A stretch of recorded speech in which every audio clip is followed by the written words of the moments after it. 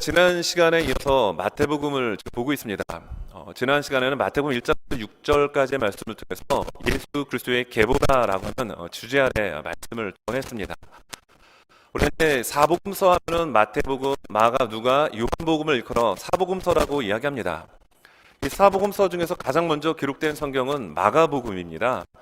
그러면 원래 순서대로 한다면 신약의 첫 출발은 마가복음이 되어야 되는데 어찌된 일인지 마태복음이 떡하니 신약 성경의 첫 페이지를 열고 있습니다. 왜 먼저 기록된 마가복음이 신약의 첫 시작을 시작하지 않고 마태복음이 자리를 대신하고 있을까요? 장수가 가장 길기 때문일까요? 아니면 마태복음을 기록했던 마태 입김이 강했기 때문에 마태복음이 기록이 됐을까요? 그렇지는 않습니다. 마태복음이 먼저 신약의 첫 번째 이 첫 장을 여는 이유는 마태복음은 구약 성경을 가장 많이 인용하고 있기 때문입니다. 여러분, 구약의 마지막 성경 말라기가 끝나고 하나님께서는 무려 400년 동안 침묵하셨습니다. 그리고 마태복음을 통하여 하나님의 말씀을 열어가시게 되는데 이 28장으로 만들어진 이 마태복음이 이 신약의 첫 페이지를 장식하는 이유는 구약 성경에 나오는 많은 부분들을 다루고 있기 때문입니다. 그리고 우리가 이 마태복음 1장을 통해서 확인할 수 있는 것처럼 이 예수 그리스도의 족보에 나오는 수많은 믿음의 사람들, 이 사람들의 이름이 쭉 나오고 있습니다. 특징이 무엇일까요? 마태복음 1장을 열게 되면 나코라고 하는 단어가 무려 25번 등장합니다. 여러분, 성경을 처음 여는 사람, 특별히 교회에 나와서 성경이 무엇인지도 모르고 성경책을 선물로 받아서 큰맘 먹고 성경을 읽어 내려가는데 열자마자 나코가 나오면 어떤 마음이 들까요? 이 25번이나 등장하는 이 나코의 모습 속에서 생명을 우리는 발견하게 됩니다. 여러분, 지난 시간에 우리가 이제 족보를 잠깐 언급을 하고 살펴보면서 구약에도 족보가 나옵니다. 많은 족보들이 나오긴 하는데 창세기 5장에 보면 이 아담으로 시작해지는 족보가 나옵니다. 그 족보의 특징이 무엇이죠? 그가 몇 세를 살고 죽었더라라고 하며 그 족보가 죽음으로 끝나게 됩니다. 하지만 이 마태복음의 시작을 알리고 있는 이 예수 그리스도의 족보에는 나코로 계속 그 생명의 어떤 그 폭발적인 역동성을 우리에게 보여줍니다. 여러분, 생명은 누가 우리에게 주십니까? 하나님께서 주십니다. 우리의 영적인 생명도 마찬가지로 하나님께서 예수 그리스도를 통하여 우리에게 주십니다. 여러분, 이제 성탄절이 다가오고 있습니다. 우리는 대림절 또는 대강절을 지금 지내고 있습니다. 예수님께서 이 땅에 오신 그 목적은 우리에게 바로 생명을 낳기 위하여 그 복음 되시는 예수님께서 이 땅에 오셨습니다. 그러므로 마태복음을 읽어 내려가는 우리들의 심령 속에는 그 생명의 근원 되시는 예수님이 우리의 심령 가운데 이미 좌정하고 계심을 감사하며 기쁨으로 여러분 고백하며 살아가는 우리 모두가 되시기를 예수님의 이름으로 축원합니다. 설교의 제목이 믿음의 눈으로 보면 소망이 현실이 된다라고 정했습니다.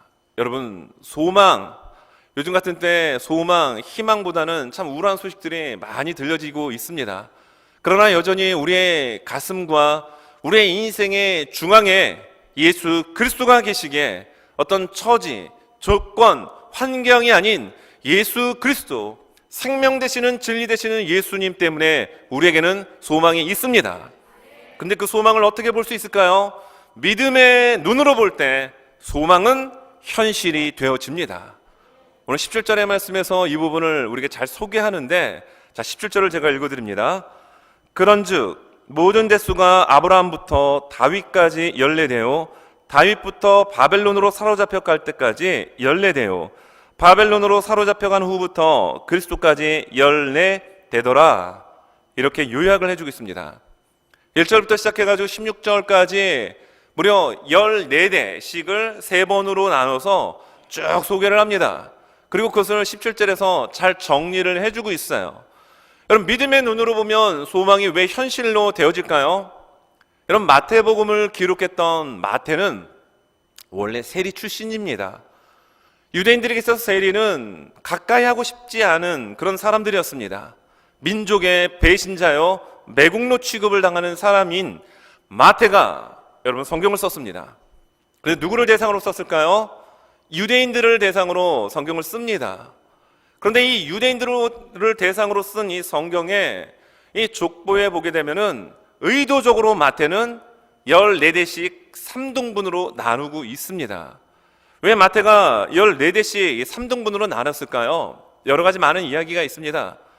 이 족보의 왕이라고 하는 호칭을 유일하게 받았던 다윗, 이 다윗의 그 숫자를 나누면 4, 6, 4로 나눠서 14가 만들어진다고 합니다.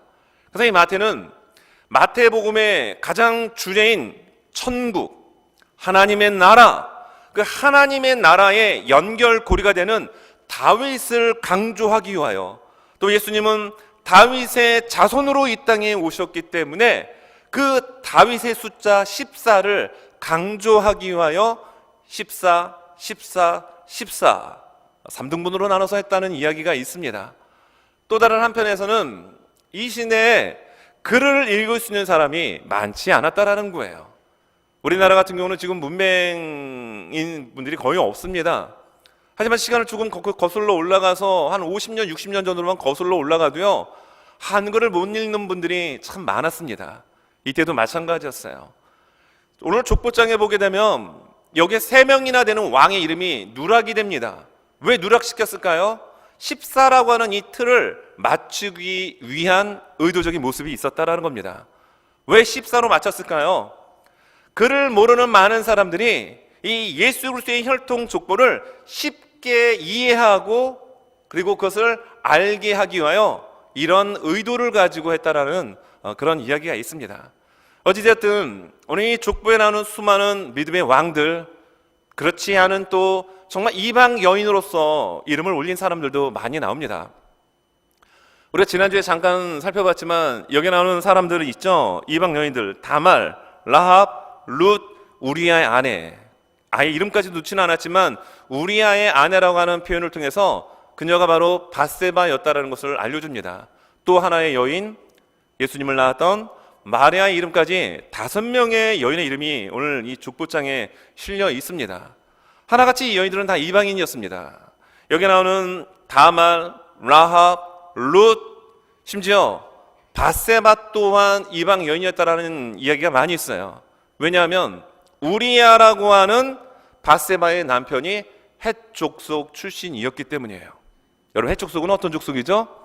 하나님께서 진멸하라라고 하는 가나안 족속 중에 한 족속이었습니다. 이때 당시에 마태가 유대인들을 대상으로 썼던 이 성경에 여인들의 이름이 거론이 됩니다. 그 여인들은 하나같이 손가락질을 받을 수밖에 없었던 여인들이었고, 그런 이방민족이었고, 그런 직업을 가졌던 여인들이었습니다. 그런데 하나님의 아들 예수 그리스도가 이 땅에 오심으로 하나님의 나라가 만들어지게 되었고, 그 하나님 나라에 들어오는 모든 이들은 지위 고하를 막론하고 죄가 있든지 없든지 예수 그리스도 앞에 회개하고 나오면 모두를 품어주는 하나님의 그 놀라운 사랑에 그들은 초대가 되었습니다. 이 시간 예배를 드리는 우리 또한 마찬가지입니다. 하나님 앞에서 우리가 그럴듯하게 내가 이런 사람입니다라고 내놓을 사람이 얼마나 있을까요? 이 땅에는 그런 사람 존재하지 않습니다. 다 문제투성입니다. 뭔가 아픔이 있습니다. 치료받아야 될 상처가 누구에게나 있습니다. 그런데 오늘 25번이나 낳고라고 하는 이 생명력을 가지고 이 땅에 오신 예수 그리스도께서 하나님의 나라 천국을 만들어 가시면서 상처 입은 자들, 아픔이 있는 자들, 문제가 있는 모든 자들을 품고 초대하고 계십니다. 믿음의 눈으로 보면 이렇게 구약시대에 간절하게 원했던 하나님 나라의 도래, 메시아 예수 그리스도가 이 땅에 오시는 그 소망이 오늘 본문에서 눈으로 현실이 되었습니다. 여러분, 코로나 오미크론 때문에 또 좀 답답해지고 여기저기서 확진자가 나오는 이때에 예수 그리스도를 소망으로 삼고 그 소망 되시는 예수님을 통하여 우리의 삶의 말씀이, 기도의 소원함들이 눈으로 볼 수 있는 현실이 되어지는 이 축복이 우리 모두에게 있기를 간절히 소망해 봅니다. 믿음의 눈으로 보면 소망이 현실로 되게 되는데, 오늘 17절의 말씀에 보면 아브라함, 다윗, 그리스도 이름이 나오죠. 그런데 1절이 어떻게 시작되었습니까? 1절 보면 아브라함과 다윗의 자손 예수 그리스도의 계보라. 신약의 첫 번째 장, 첫 번째 절은 아브라함, 다윗, 그리스도 예수의 계보라라고 하면서 이 세 사람의 이름으로 시작이 되어지고 좀 아는 이름도 나오는 족보, 또 생소한 듣도 보지도 못했던 이런 이름들이 족보장에 많이 나오죠.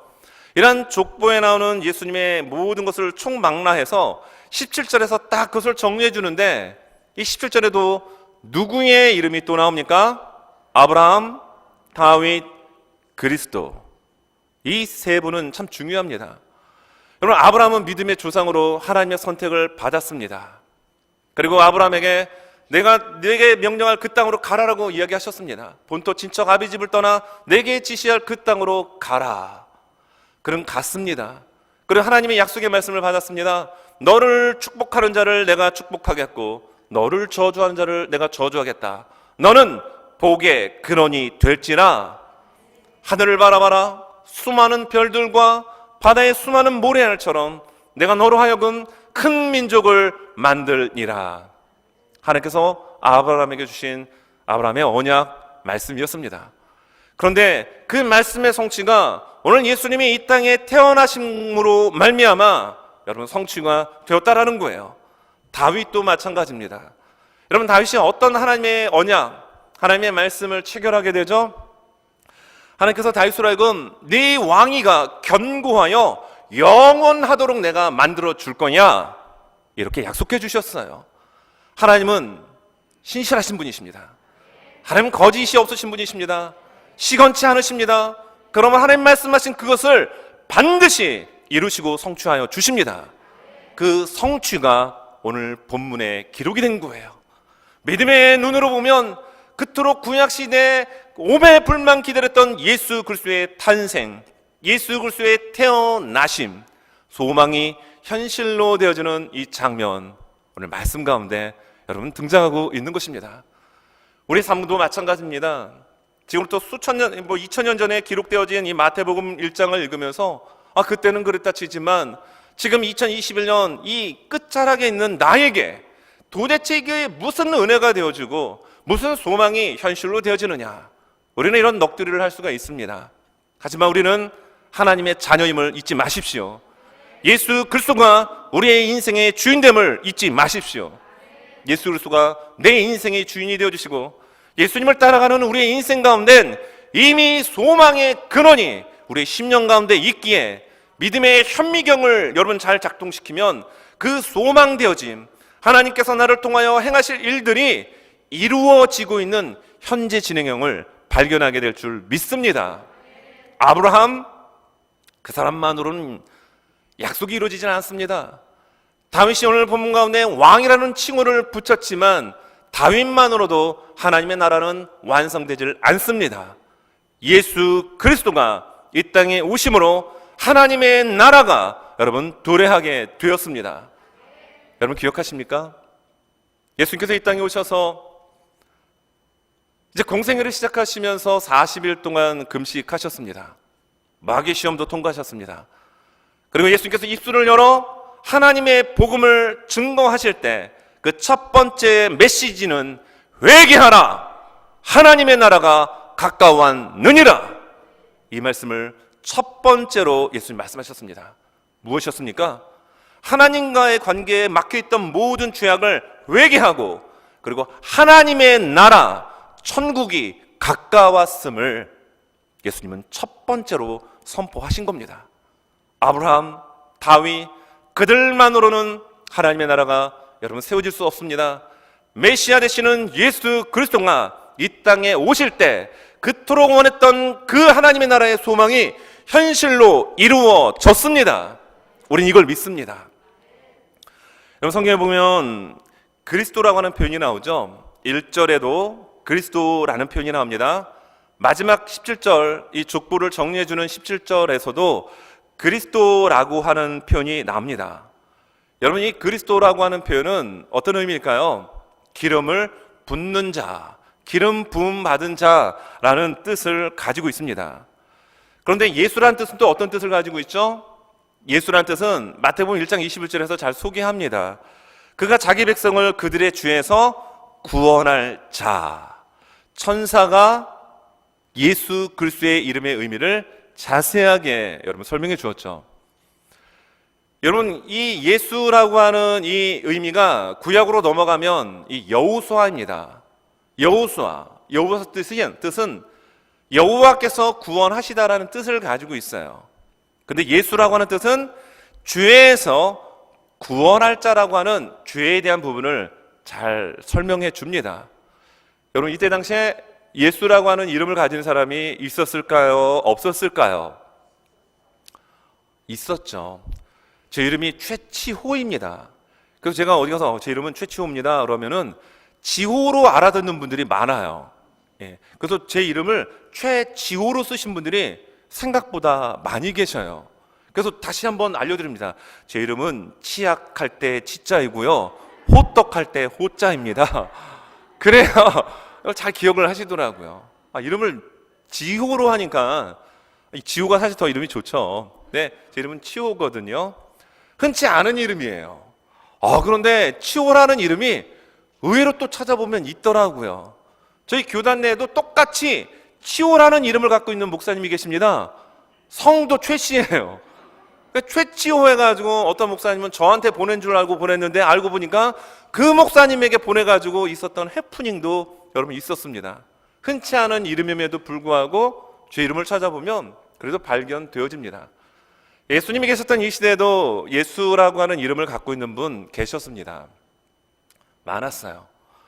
성경에 보면 예수님의 족보를 거꾸로 요셉으로부터 해서 거슬러 아담까지 거슬러 올라가는 족보가 누가복음 3장에 소개가 되고 있는데, 누가복음 3장 29절에 그 위는 예수요, 우리가 알고 있는 예수 그리스도가 아니고요, 예수라고 하는 이름을 갖고 있는 사람이 이때 당시에 존재했습니다. 또 전도 사역, 선교 사역을 감당했던 바울과 함께 조력했던 조력자 중에도 예수라고 하는 사람이 있습니다. 골로새서 4장 11절에 유스도라 하는 예수도 너희에게 문안하느니라. 위로하는 자였습니다.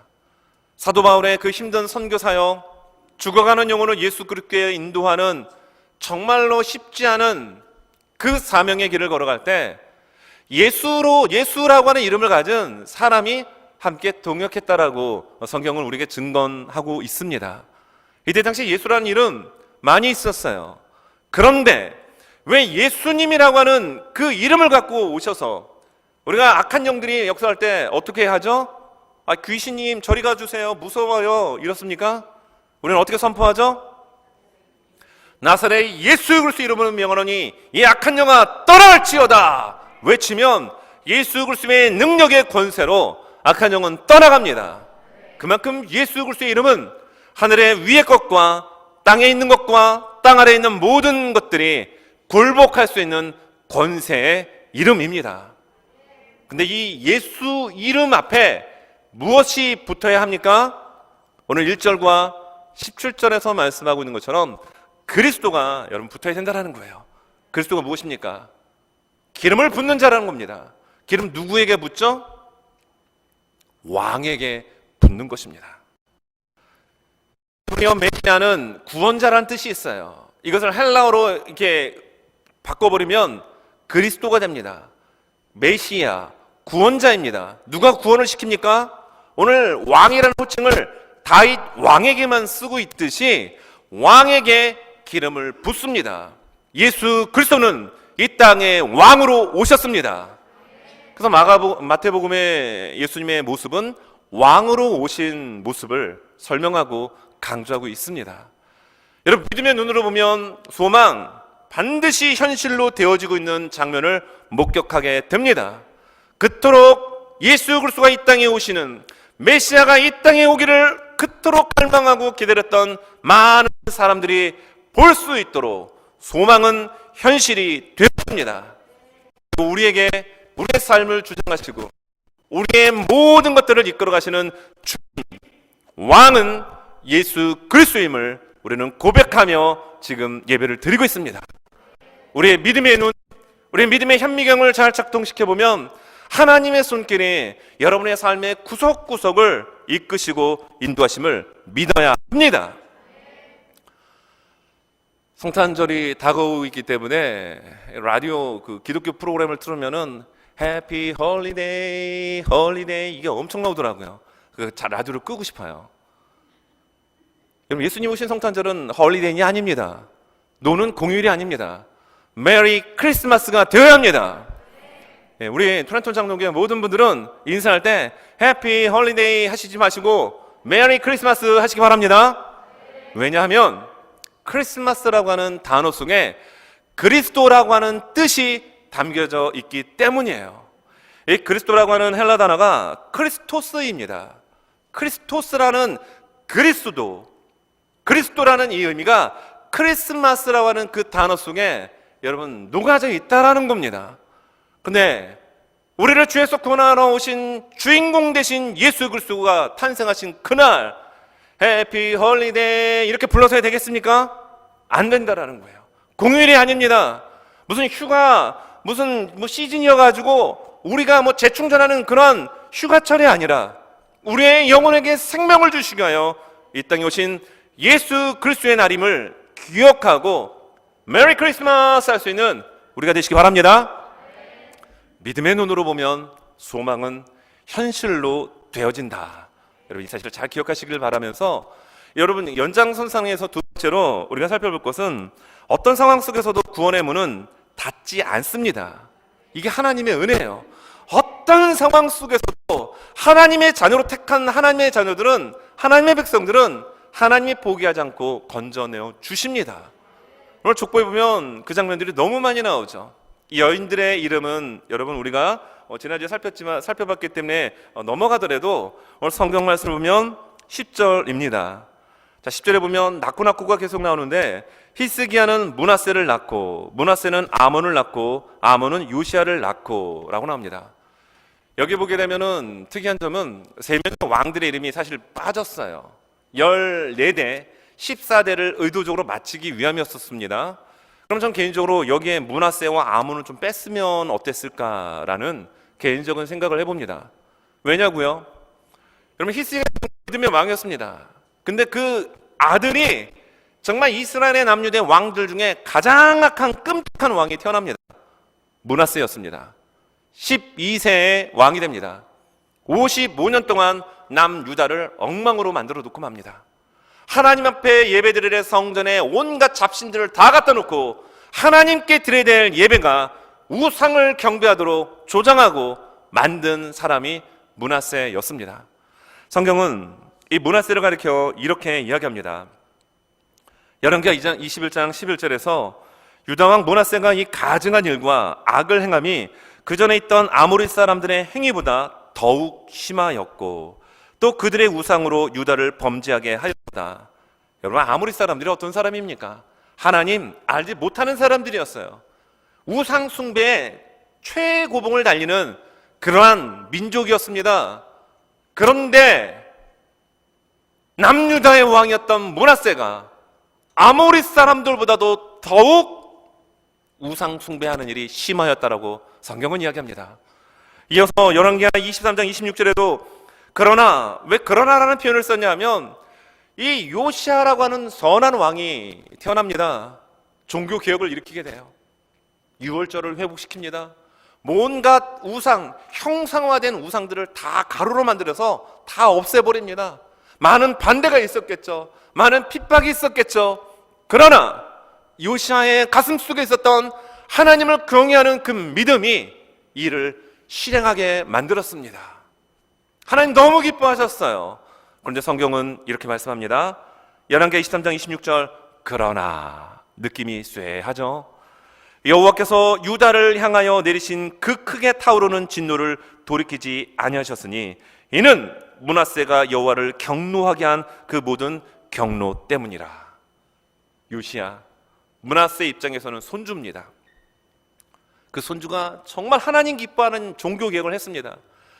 우상으로 빠졌던 이스라엘 백성들의 마음을 하나님 앞에 돌아올 수 있도록 모든 법과 또 예배 시스템을 다 구축하고 만들어 갔지만 그러나 미안하지만 므낫세의 죄악이 너무 크기 때문에 이 민족은 끝난다. 뭐 이런 말씀을 하나님께서 하신 거였죠.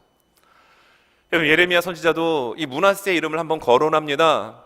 예레미야 15장 4절, 유다 왕 히스기야의 아들 므낫세가 예루살렘에 행한 것으로 말미암아 내가 그들을 세계 여러 민족 가운데 흩으리라. 얼마나 가슴 아픈 이야기입니까? 이 일이 누구 때문에 일어난다라고요? 므낫세 때문에 일어난다라는 겁니다. 남유다의 왕들 중에 가장 악한 왕이었습니다. 그런데 그 악한 왕의 이름이 예수님의 족보장에 올라갑니다. 그리고 또 그의 아들 아몬. 여러분, 아몬은 왕이 2년 동안 있었습니다. 그의 아버지 므낫세처럼 여전히 악을 하고 우상을 따라갔던 사람이었습니다. 신하들이 보기에도 얼마나 악한 왕이었던지 남유다에서는 많이 일어나지 않던 신하가 왕을 살해하는 시해 사건이 발생합니다. 그래서 아몬이 2년 만에 죽고 맙니다. 그런 왕 아몬까지도 여러분 예수님의 족보에 이름이 올라갑니다. 이것이 웬 은혜입니까? 여기 나오는 므낫세, 아몬을 향하여 손가락질하면 너 같은 사람이 어떻게 여기 올라갈 수 있느냐라고 자신 있게 이야기할 사람이 얼마나 있을까요? 우리는 다 연약한 죄인들입니다. 실수하고 넘어지고 범죄한다 할지라도 세상은 우리를 향하여 돌을 던지고 손가락질을 할 수 있지만 오늘 생명을 잉태하시고 우리에게 영원한 생명을 주시기 위하여 이 땅에 오신 예수님은 그 어떤 흉악한 죄인이랄지라도 품어주십니다. 덮어주십니다. 여러분, 그 은혜가 우리에게 있음에 여러분 감사는 우리가 되시길 바랍니다. 그 예수 그리스도의 보혈의 십자가의 은혜가 우리 교회 공동체 가운데 강물처럼 흘러 넘쳐날 수 있기를 간절히 여러분 소망합니다. 그뿐만이 아니에요. 성경에 보니까 결국 어떻게 되죠? 나라 망했습니다. 그토록 그들이 예배드렸던 하나님의 성전도 불타 없어지고 말았습니다. 하나님께 거룩한 예배를 드렸던 모든 성물의 기구들도 바벨론으로 빼앗기고 말았습니다. 자, 오늘 성경 말씀해 보게 되면 바벨론으로 이거한 이러한 장면을 우리에게 소개를 하는데, 자, 말씀을 보면 12절입니다. 바벨론으로 사로잡혀간 후에 왕마저도 바벨론으로 끌려가고 말았습니다. 나라는 없어지고 말았습니다. 그렇다고 하나님의 일하심의 역사가 멈췄습니까? 중단되었습니까? 그쳤습니까? 아닙니다. 바벨론으로 사로잡혀가고 포로로 끌려갔음에도 불구하고 여전히 하나님께서는 메시아 그리스도 되시는 예수 그리스도를 이 땅에 보내주시기 위하여 일하셨습니다. 역사하여 주셨습니다. 여러분, 이것을 믿음의 눈으로 보게 되면 확연히 눈으로 확인할 수 있다는 것을 오늘 이 족보장이 우리에게 보여주고 있는 거예요. 바벨론으로 끌려갔을 때 많은 사람들은 모든 것들을 포기했을 거예요. 나라도 잃어버리고, 더더군다나 쓸만한 사람들은 포로로 다 끌려가고, 무너진 황폐해진 예루살렘에 남아있던 이들은 병든 자, 가난한 자, 내일에 대한 소망이 없는 자, 누군가의 도움이 없이는 하루도 버틸 수 없는 이런 나약한 자들만이 예루살렘 땅에 남고 맙니다. 포로로 끌려간 이들 얼마나 마음이 낙담이 되었겠습니까? 그러나 하나님의 약속의 말씀처럼 70년이 되고 그들은 예루살렘 땅으로 돌아올 수 있도록 하나님은 일하셨습니다. 역사하여 주셨습니다. 여러분, 오늘 말씀 가운데서 하나님께서 구원의 문을 열어놓으시고, 야, 니들은 자격 미달이야, 야, 내가 언제까지 너희들을 기다려야 되겠니? 안 되겠다 하며 구원의 문을 하나님 닫아버리셨습니까? 아니라는 거예요. 그 악한 므낫세 왕이랄지라도, 아몬이랄지라도, 나라가 망하고 포로로 끌려갔다 할지라도 하나님은 그 구원의 문을 한 번도 닫아놓으신 적이 없으셨습니다. 하나님은 구원의 문을 열어놓으셨고 그들이 다 돌아올 수 있도록 기다리셨습니다. 이 시간 예배를 드리는 우리들도 마찬가지예요. 여러분, 교회 나온다고 다 구원받는 거 아닙니다. 예수 믿어야 구원받습니다. 교회 문턱만 그냥 닳도록 들어도고 나가고 한다고 하나님 나라에 들어가는 거 아닙니다. 예수 그리스도를 영접하고 예수 그리스도를 믿고 그 말씀을 따라 살아갈 때 우리는 구원받습니다. 그런데 너무나도 감사하고 은혜가 되는 것은 이 하나님 나라의 구원의 문을 하나님이 닫으신 적이 없다라는 거예요. 지금도 열어놓으시고 우리를 초대하고 계십니다. 예수 믿지 않는 사람들을 여전히 초대하고 계실 뿐만 아니라 이 시간 예배를 드리면서 예수로서의 탄생과 예수 그리스도가 이 땅에 오신 목적과 내 안에 예수 그리스도가 아닌 세상의 쓰레기와 같은 것들이 내 마음을 잠식하고 있다라고 한다면 우리는 하나님 나라의 구원의 문에 들어가지 못한 존재라는 사실을 우리가 정말 두려워하는 마음으로 기억을 하고, 하나님, 므낫세마저도 아몬마저도 나라가 망한 가운데서도 그들을 향한 구원의 문을 열어놓으신 것처럼 오늘 내가 하나님의 보호자 앞에 탐대해 나갈 수 있도록 예수 그리스도의 보혈로 나를 덮어주시고 이끌어주시고, 그리고 하나님의 자녀로서의 삶을 살아갈 수 있도록 나를 성령으로 붙잡아 주시옵소서. 예수 그리스도의 보혈의 은혜로 덮어 주옵소서. 이런 간절함으로 주님 앞에 나갈 수 있는 우리 교회 공동체와 우리 모두가 되실 수 있기를 예수님의 이름으로 축원합니다. 말씀을 정리하며, 여러분 여기 나오는 이 족보장에는 한 가지의 특이점이 있습니다. 14대가 3번 된다면 42명의 이름이 나와야 되는데 41명밖에 이름이 나오질 않습니다. 어떤 목적으로 그렇게 했는지는 모르겠지만 또 다른 일각에서의 그 이야기는 여기에 기록되지 않은 그 한 사람이 누가 되어야 될 것인가? 누가 되어야 되겠죠? 누가 되어야 되겠죠? 저 아니에요. 이러면 곤란합니다. 바로 여러분들의 이름이 예수님의 그 족보장에 기록되어야 합니다. 아니요, 이미 우리는 하나님 나라의 생명책에 우리의 이름이 예수 그리스도의 그 선명한 핏자국으로 그 보혈의 은혜로 생명책에 우리의 이름이 기록됐음을 우리는 믿습니다. 이게 너무나도 큰 은혜라는 거예요. 므낫세와 같은 사람, 아몬과 같은 사람, 여러분 교회 공동체에서도 이민사회도 보면은 누가 뭐가 어쩌고 저쩌대 저러고 저쩌대 그 손가락질이 그 한 사람을 향할 때 나머지 3손가락은 자신을 향하고 있음을 기억하십시오. 내가 죄인이라는 것을 잊지 말아야 합니다.